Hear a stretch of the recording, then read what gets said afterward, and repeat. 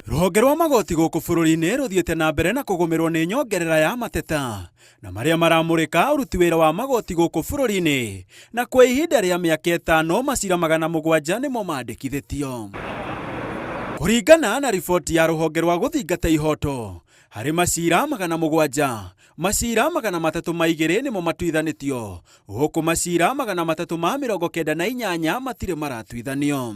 Ithabu-inĩ o rĩu, mateta 449 nĩ magũcerithĩrio gwa gũtuo kwa macira, 91 makĩhutia ũruti wĩra wa acirithania, mateta 36 makĩoneka kwaga mwĩhoko na rũhonge rwa acirithania. Urge the Chief Justice, Honorable Martha Koome, to speedily and conclusively resolve the complaints against the judiciary.